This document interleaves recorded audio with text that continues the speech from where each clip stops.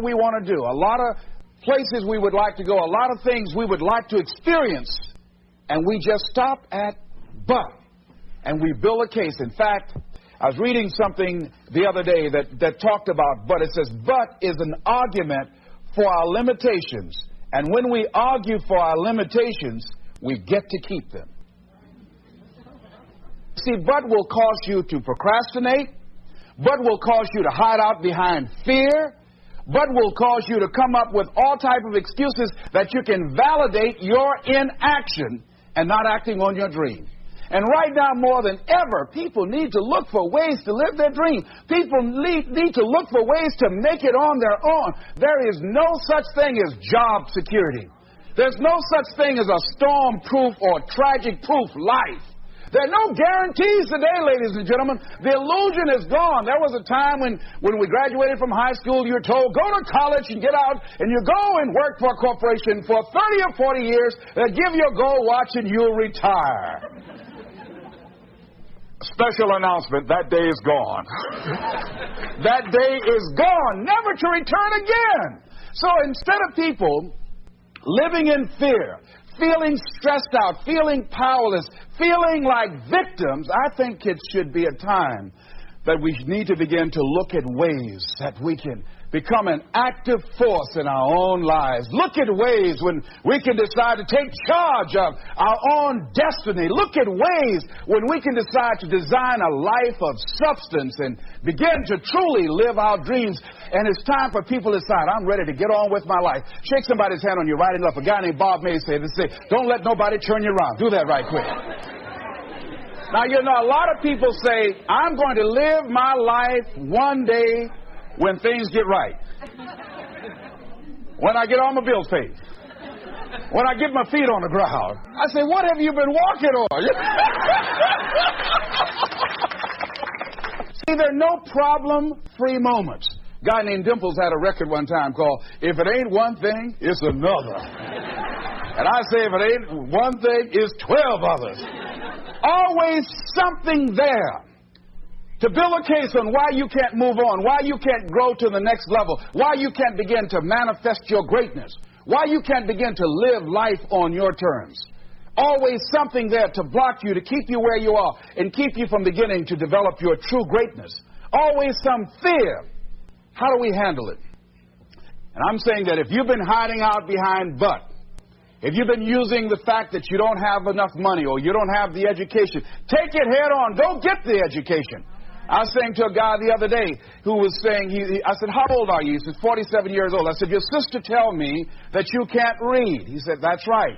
I said, why? Well, you know, I didn't go to school. I said, excuse me, how old are you? I'm 47. 47? Yes. And you can't read or write? Yes. Have you ever heard of adult school, adult education? Have you decided that you should learn how to read to begin to expand your world? Why are you using that as a racket? Why don't you decide now that you're going to expand your world, that if other people can learn, you could learn too? Well, it's hard for me. Have you been and sit in a class yet? Have you signed up yet? No, I haven't. See, a lot of people say no, ladies and gentlemen, to things, and they don't even know what they're saying no to. They haven't even challenged themselves. He hasn't even gone to sit into a class and say, teach me how to read. Instead, it's been easier for him to go through life, he thinks, trying to play a whole con game, pretending he knows how to do something that he doesn't know how to do. And you know what? Most of us go through life like that.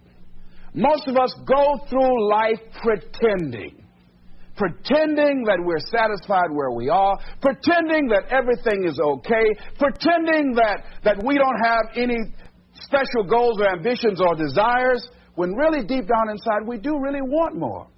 But if you look at our behavior, if you judge based upon what we do, that really will tell you some true stories about people, because you have to judge a tree by the fruit it bears, not the fruit that it talks about. See, a lot of people pretend that they want more out of life, but all you have to do is watch their actions.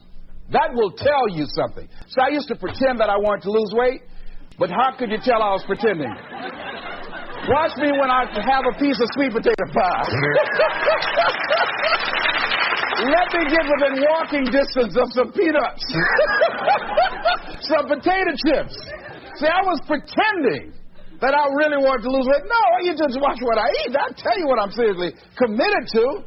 People tell you, oh, yeah, one day I want to have a restaurant. See, they're pretending they want to go into business for themselves. They're not serious. How can you tell, Les? Watch their actions. Watch what they're doing. The proof is in the pudding. So if you want to do something, if you thought about something you want to do, take it head on. Decide that you're going to start looking at it, start doing research on it, start tackling it. Start becoming involved in whatever and wherever it might lead you to begin to explore the possibilities in that particular thing that you're seeking so that you can begin to learn all you can about it. Decide that you're going to face it, that whatever shortcomings you have, that you're going to strengthen yourself there. Whatever training that's required, that you're going to go get that training, that you're going to get started right now. As George Washington Carver would say, do what you can, where you are with what you have, and never be satisfied. S.B. Fuller used to say, and you heard Joe Dudley talk about, always strive to be more than that which you are. Yeah, don't get satisfied with yourself. Always know that wherever you are, you can enjoy more, that you deserve more. But most people, you know what they do? Most people go through life quietly and safely, tiptoeing to an early grave. Find out what it is you want, and go after it as if your life depends on it. Why? Because it does. People that have found their passion, people that found the things that they love, people that have found the things that they can pour their lives into, those people live longer. I was in New York, and I had to do a seminar at a special church, and a guy by the name of Reverend Johnny Youngblood. And I said, how is it that you were able to build this big housing facility and got all of the various community and religious groups together to have this dwelling for 2,000 residents that were once homeless? How were you able to take on this responsibility? Wasn't it overwhelming? He said, the kind of work I do, he said, it's in me. I've got to live what's in me. And I think that's everybody's desire in life. You've got to live what's in you. Life is just too short and unpredictable. But what do we say? But there'll always be tomorrow. Oh, no. There's no guarantees you're going to show up tomorrow. There are a lot of people who were here yesterday that they're not here today. There are a lot of opportunities that were around yesterday. They're not here today. Oh, you can wait, but you know what Abraham Lincoln said? Well, good things might come to those who wait, but only the things that have been left over by those who hustle. So who want to go through life picking up leftovers? You deserve much more than that. The leftovers is somebody's left you. So take it head on, begin to explore. Here's something else. Decide to do it now. Decide whatever you want to do, that you are now going to become actively involved right now, exploring the possibilities for you. That you're going to look at it and do just a little bit of it right now. When I decided to become a speaker, I didn't just quit my job and just ran out and say, I'm a motivational speaker. No. What I did was, I decided to start looking at other people that were involved in the speaking profession. I volunteered to work with some speakers so that I could learn. Whatever you want to do, get your feet wet. Gain some experience doing some volunteer work in the area and find out whether or not this thing you want to do will fit for you. A friend of mine told me he wanted to have a restaurant. I said, have you ever operated a restaurant before? He said, no. I said, well, really, you don't even know if you want one. I said, what's your expertise? What do you bring to the table? He said, I can cook real good. I said, but what about the management side? What about the business part of the restaurant? You're not going to be cooking all the time. Somebody's got to receive the money. Who's going to manage the personnel? He said, you got it right. You got a point there. So this guy got a job in a restaurant in the evening time on a part-time basis. After doing that for a while, he said, you know what? I think I just want to be a chef. He said, after working there, people didn't show up to work. He said, it's hard to find the help. People weren't responsible. The headaches, the guests were just giving him problems day in and day out. They weren't ever satisfied. He said, no, I just think I'll stick to cooking. See, you got to find out what fits for you. Because you might decide that after you go up in there and examine it and experience it and get some experience under your belt on it, well, you say, this is really not what I want. This does not fit for me. So decide that you're going to do that. Now, John H. Johnson said something that's very important. He said, there's no defense against an excellence that meets a pressing public need. See, whatever you decide to do, look at it and find out what is it that I have that I could bring to the table that can begin to enable me to ensure that I could be successful in this. Where is the opening for you? There's room for you out here. Out here in the arena called life, there's room for you to come out and live your dream. Don't allow but to keep you in the corner or keep you up in the bleachers looking at life, being a spectator, not being a participant, making a difference in life. I believe that all of us came here with something. All of us showed up to give something, and that nobody's going to give that service that you have to give. No one's going to produce your product. No one's going to write your book. No one's going to open your academy. No one's going to begin to create your daycare with a special curriculum to help to cultivate the high self-esteem in our children. That's your idea. And if you don't bring your idea out here, when you die, all of us will suffer because we've been deprived of your genius because you allowed but to keep you in the bleachers and not pursuing your greatness. You take it to your grave with you. And that's what most people do.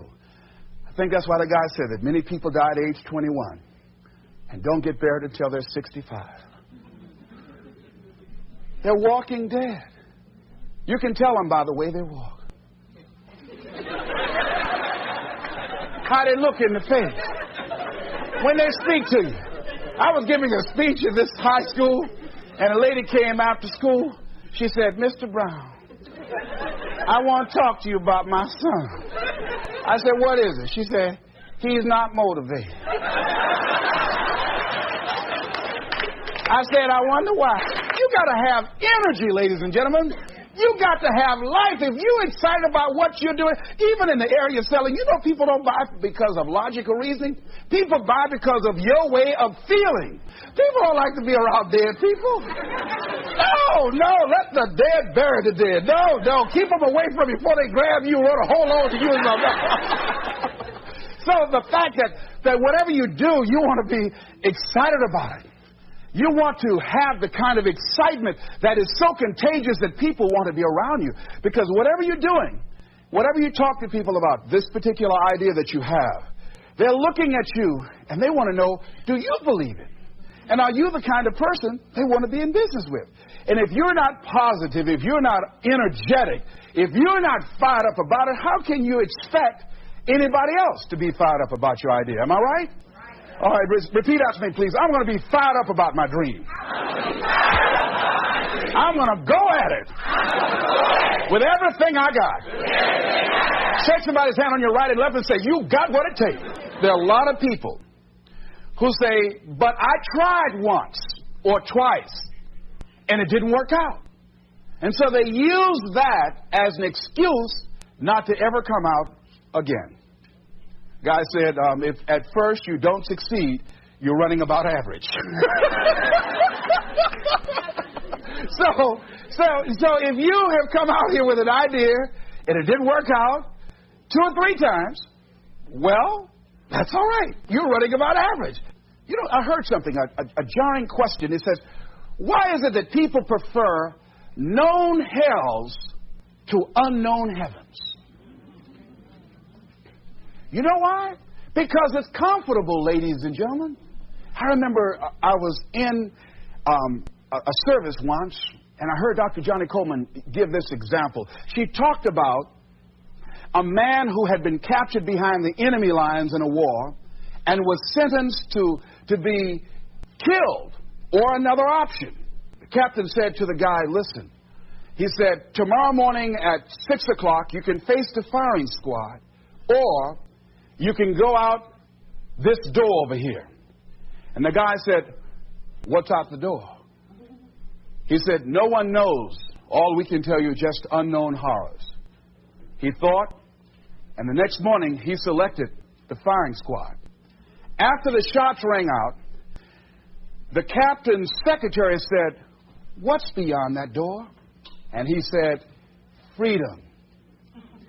But very few people would select to do it because it's unknown. See, a lot of people never live their dreams. A lot of people never do the things they want to do. A lot of people stay